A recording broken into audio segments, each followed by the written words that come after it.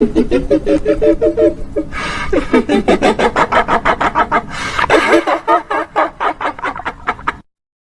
late afternoon sunlight that shone through the storefront glittered over the frame, making the flowers appear to throb and writhe on the wall. The spotless circle of glass reflected Emily's body back at her: wispy black hair, round, pensive face, baggy blue sweatshirt, threadbare jeans with holes near the pockets. Her nose twitched at how ridiculous she looked encircled in flowers on this tacky thing. "It's perfect," her mother said. "Isn't it, Em?" Emily said nothing. She refreshed her feed on her phone and scrolled down to the picture she had posted some hours ago, a carefully edited selfie with her acne digitally removed and her cheeks and chin warped to appear slimmer. No likes and no comments, still. "It'll look wonderful in your room," her mother said. "Brighten things up in there a bit." She gave a sheepish little smile to the old man behind the counter as though she were apologizing for something.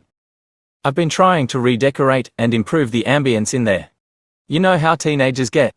Doom and gloom, even when they don't have anything serious to complain about." The old man's smile was warm, and his faintly yellow teeth gleamed behind his thin, grey lips. "I think the world can be a harsh place for a young person today." The mother scoffed. "Well, to hear this one tell it, you'd think she's suffered as much as Mother Teresa." She tilted her head back, and let out a high, rolling laugh, a laugh that Emily knew well. It meant that her mother was only kidding, and that anyone who took offense to her words was simply too sensitive. Emily's phone buzzed.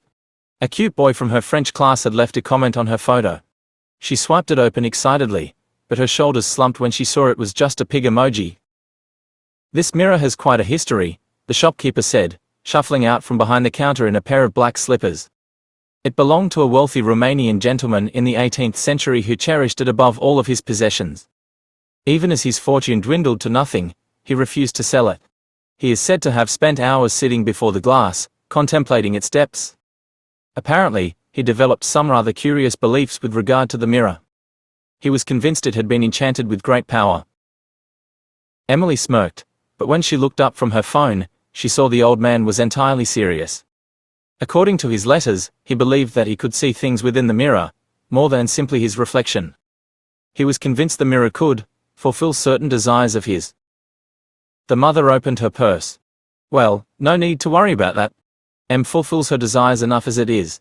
She patted Emily's round belly hidden within the folds of the sweatshirt, and Emily swatted her away with an annoyed grunt. The mother laughed again and fished for her wallet in her purse. Emily moved away from the counter, her face flushed with anger and embarrassment. She turned to glare at the back of her mother's head, but an odd feeling of unease floated through her. Her gaze drifted toward the mirror. Her conscious mind grasped for an explanation as to why she felt so anxious all of a sudden, but all it could come up with was the absurd notion that whenever she looked away from the mirror, her reflection would look away just a bit more slowly, like it was trying to stare at her a moment longer. "Don't you think 2 servings is enough already, Em?" her mother called down the hall. Emily pulled the door shut to her room and slumped into her creaking desk chair.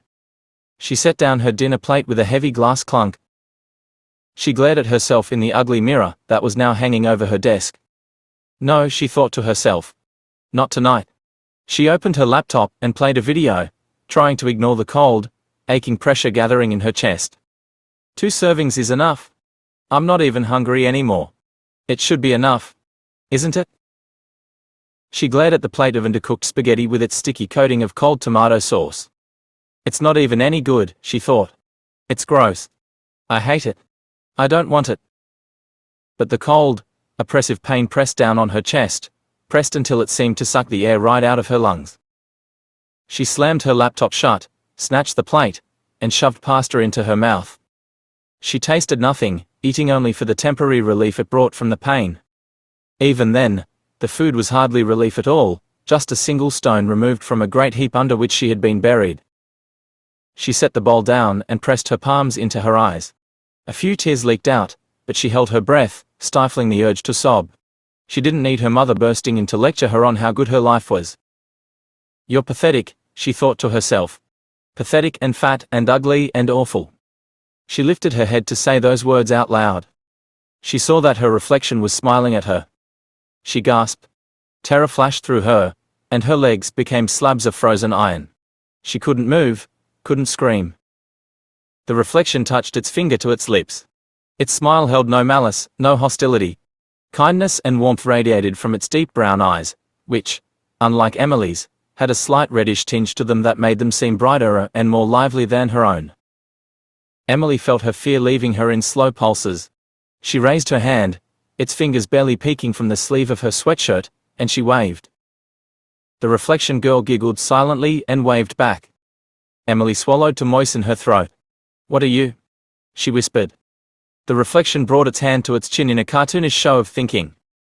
It shrugged and giggled. "What do you want?" The reflection licked its lips and rubbed its belly. "You're hungry?" It nodded emphatically. "Well, I have some food here. Do you want that?" The girl in the mirror nodded eagerly. It reached out with both hands for the plate of pasta on its side of the mirror. Ignoring the fork, it scooped up a big handful, opened its mouth much wider than Emily could, and ate it. Emily's plate didn't move, but the portion that had been eaten disappeared in a puff of purplish smoke. Emily watched, eyes white-rimmed and shining with amazement, as the food vanished from her plate with the girl's every bite. Before long, the reflection had finished the meal, and Emily's plate was empty, save for a slick purple residue on the surface. The reflection leaned back, patted its belly with its sauce-covered hands and belched silently. Emily stared at the empty plate on her desk. "It's gone," she said. "It's gone, and I feel full." No, that wasn't quite right. Physically, she could tell she hadn't actually eaten anything. But she had tasted every bite the reflection had taken, and there was a profound sense of satisfaction in her heart, as though some spiritual appetite within her had been sated, even if her body had not. The reflection leaned forward and, with a hand dripping in sauce, wrote on the glass, "More." Emily jumped from her seat and ran to the kitchen. Her mother called down the hallway, "Dessert too. You're never going to meet any boys unless you start taking better care of your..." Emily slammed her door and dumped an armful of candy, chips, and ice cream on the desk. The reflection ate voraciously, ripping packages open with its teeth, shoveling sweets and snacks into its gaping mouth by the fistful. By midnight, both Emily and her reflection were slumped over, exhausted on their desks. The reflection's belly, now round and distended, rose and fell with every labored breath. Emily felt full to bursting, even as her stomach growled. "That was amazing," Emily said. "It was like eating, but not eating. So I don't have to feel bad about it."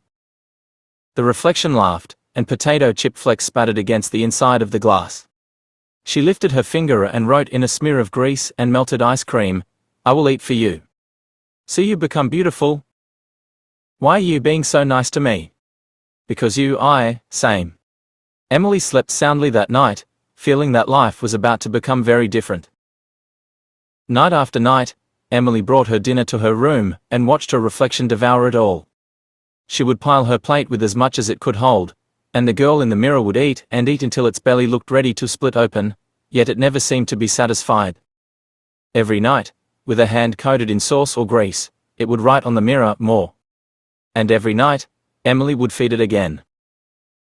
No longer desiring food for herself, Emily began to lose weight. The roundness in her face pulled inward, like a blueberry shriveling in the sun. Her waist shrank. Her limbs became long, thin poles, and her fingers were as spindly as spider legs. Where she once dreaded stepping onto a scale, she now looked forward to it as her favorite part of the day. She bought one for her room and placed it right in front of the mirror, so she could track the dwindling number and celebrate milestones with her reflection. She ditched the hoodies and baggy t-shirts for slim dresses, fitted jeans, and crop tops. Boys who had ignored or mocked her since childhood began to take notice. They flirted with her, or tried to, in their clumsy and awkward way. She could sense how nervous they were when they spoke to her, how eager, yelping for her attention like puppies. She could sense the power she had over them, and she liked it. Not all the attention was pleasant. Some of the girls became rude and nasty, especially the ones whose boyfriends cast glances in her direction. They spread wild, obscene rumors. "That whore," they would say. "Did you hear what she did with Mr. Blackwell in the equipment room behind the gym? It's true, Stella saw everything." Sometimes the girls were so mean that Emily would race home and cry at her desk. Her reflection, by now enormously fat, would fog up the mirror with its breath and write with a thick, stubby finger, "Just jealous." Yes, jealous. Emily knew it was only jealousy that motivated the cruelty of the other girls, just as it had been jealousy that drove Ms. Cobb to hold her back after biology class one day. I'm very concerned for your health, she had said. Poor nutrition can have serious consequences for your body. I want you to know that you're not alone, and I'm here to support you and help you find healthy ways to blah blah blah. Emily had rolled her eyes and walked out. Some nights, as the mirror girl was chomping down its food, a pang of true hunger would strike Emily like a bullet, and she would feel the urge to eat something real. But whenever she reached for a bite, the mirror girl would nip at its own finger, and Emily would feel it. Yes, she's right, Emily would think. She won't let me make bad decisions. She is me, after all. Emily sat across from her mother at the dinner table. A steaming plate of gooey casserole sat untouched in front of her. May I be excused? She asked. Her mother set her napkin on her lap and said, When I said I wanted to eat dinner together, it wasn't because I like watching you sulk. It's something. Emily huffed, gathered up a cheesy bite and stuck it into her mouth. She pushed the food into her cheek, where it could be stored and spat out later. There. Can I be excused now? Her mother set her fork on her plate and clasped her hands together. Your teacher phoned me today, she said, to express concerns for your health, as she put it. She told me she's worried I haven't been feeding you enough. Do you have any idea how embarrassing that was for me? Emily pushed her plate away and took out her phone. No phones at the table, her mother said, but Emily ignored her. Her feed was glittering with notifications for her latest photo, a selfie in a tight pink dress. People talk, you know, her mother said. I'm sure your teacher is talking already. Oh, they all pretend to be concerned about this and that, but in reality, they're judging you. Laughing at you. That trashy family, they're saying. Look what a mess they are. Too poor to even afford food. Emily scrolled through her photos, basking in the likes and shares. A notification popped into view, and she saw that the cute boy from her French class had commented on her selfie. I'm just looking out for you, Em, her mother said. I know you've been improving yourself, and that's admirable. But I don't want you to go so far that you end up making us look bad. Emily smiled as she opened the notification, but her face fell when she saw that the boy had only commented with a skeleton emoji.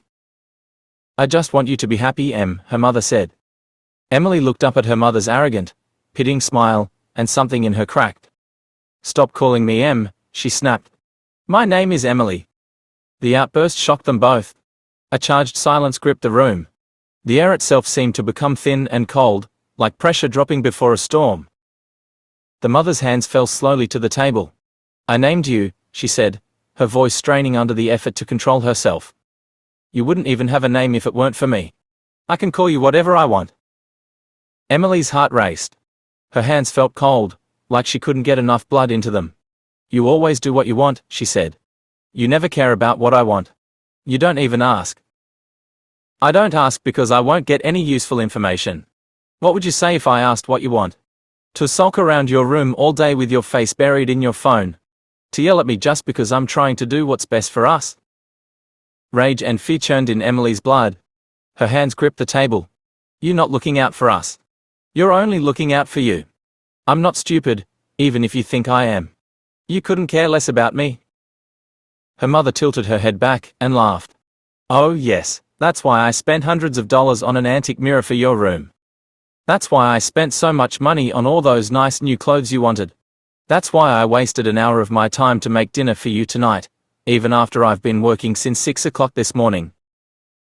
Emily slammed her fist onto the table. You're the reason I hate food. You've made me feel bad about everything I've ever eaten. I thought if I got skinny you would be nice to me, but now you're worse than ever.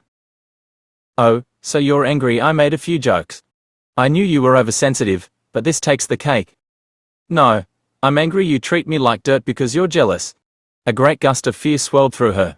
You're jealous that I look good, and you just look like the awful old bitch you are. Her mother drew back like she'd been struck. Emily knew it once she had crossed a line. A great gust of fear swelled through her. She felt dizzy and lightheaded. Her mother stood from her seat. Why on earth would I be jealous of a miserable, sniveling little brat like you? You think you're hot stuff now, but I know what you really are inside. You'll always be a fat, Weak little pig, no matter what you look like." The words scorched Emily to the soul, and she ran out of the room. She slammed her door shut and collapsed into loud, racking sobs. Pain gathered in her chest, the dull pressure she knew so well. This time, it was accompanied by a feeling of tightness, like a great, constricting snake had coiled around her heart. She lifted her head and squinted through tears into the mirror. Her reflection was staring back at her in confusion and sympathy, its jowly cheeks sagging, its hair shining with grease, its rolls of body fat juddering with every movement. "This is what I really am," she thought. "This is what I'll always be." The reflection wrote with its oily finger, "What wrong?" "Just leave me alone," Emily said between hiccuping sobs. The girl in the mirror kept writing. "Her mother? She hates me," Emily moaned. "And she's right too. I'm disgusting." "I can help," the reflection wrote. "What could you do to help me?" "Hungry," it wrote. Emily laughed bitterly. "I'm sorry, but I'm pretty sure dinner's ruined for tonight." The reflection shook its head. "No, not usual dinner." "What do you want then?" A soft knock at the door startled her. Her mother's voice came through softly. "Em, can we talk?" Em turned toward the reflection to tell her to wait, but the words written in the glass stopped her cold. "Hungry for meat." The door opened, and her mother stood in the doorway. Daylight was fading quickly, and shadow had pulled into the depressions around her eyes and below her tense, quivering mouth. "Oh, Em, I'm so very sorry. We sort of let things get out of hand there, didn't we?" Emily stood up with difficulty. Her heart felt like it was sputtering in her chest, like a motor running out of fuel. She leaned against the desk for support and saw that something had changed in the reflection's face. No, not a face anymore. Not exactly. It was something else. The mother stepped into the room, her white skirt undulating with shadow as she moved. "I shouldn't have said that just now," she said. "It was a terrible thing to say, and I have no excuse. To be honest, I was just shocked by how much you sounded like me at your age." Emily gazed into the reflection's eyes that no longer resembled her own, eyes that had become warm pools of crimson red above a grinning, toothy maw. And she understood. "In fact, I'm pretty sure I said the same thing to your grandmother just before I left home," her mother continued. "It's funny how these things work out. I swore I'd never be anything like her. I'll bet you've told yourself the same thing." Truth washed over Emily like a cold, cleansing rain. Yes, she understood now. She had been hungry all her life, but not for food. No, she had eaten to ease the pain of living, but all she had needed was one particular bite. "I tried to make things different for you. I got us a home, so you would never know what it was like living out of a car. I bought us nice things, so you wouldn't have to be embarrassed about bringing anyone over." It was all so obvious. Emily wondered how she had never seen it before. No matter. She knew what had to be done now, and that was enough. She touched her hand to the mirror and, through the glass, felt the warmth of the reflection's scaly claw on the other side. "I tried to avoid the old trap, but it seems like I just found another way to fall into it." The mirror thing pulled away, and, on its side of the glass, crept up behind the mother.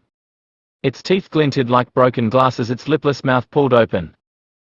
"I guess what your grandmother said just before she died is true. If you don't face your demons, you'll end up feeding them." The creature arched like a cobra and struck, sinking its teeth into the woman's throat. The mother's head snapped back, and she was thrown backward against the wall. Her fingers shot to her neck, grasping at the invisible force that had suddenly constricted around her windpipe. Blood vessels burst in her eyes, coloring the whites a bright scarlet. She tried to scream, but could only squirt a wet gurgle from her crushed throat.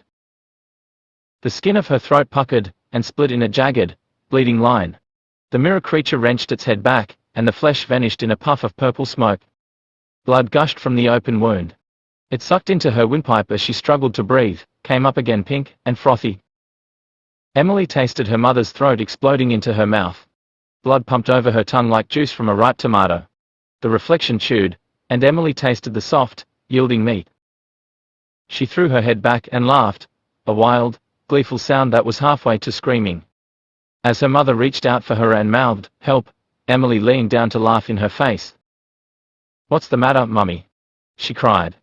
"It's just a joke. You're not too sensitive now, are you?" Emily's heartbeat was wild, irregular. The tightness in her chest exploded into a blazing white fire. She was still laughing, savouring the blood and meat, when her legs gave out from under her, and she was swallowed in darkness. Later that night, the old man at the antique shop noticed with mild surprise that the mirror had returned to its usual spot on the wall. "Oh my," he said, staring at it in the murky dark of his empty shop. "You've come home early." He placed both hands on the frame and leaned his face toward the glass, as though he were dunking his head into a barrel of black water. "Oh, I see," he said, staring wide-eyed into the unintelligible blackness. "Well, that woman was awful. It serves her right. Pity about the young girl though. But not unexpected, given how weak her heart must have been at that level of undernourishment." He let go of the mirror and shuffled back behind the shop counter. Darkness pressed in on him, and he wore it like a slithering robe. Not even moonlight touched him. "Still, it seems that everyone got what they wanted," he said. "All in all, a successful sale, I'd say. But no time to rest on our laurels, gentlemen. Another customer might arrive at any minute." His teeth were a pale yellow crescent as he sat behind his counter and smiled in the dark,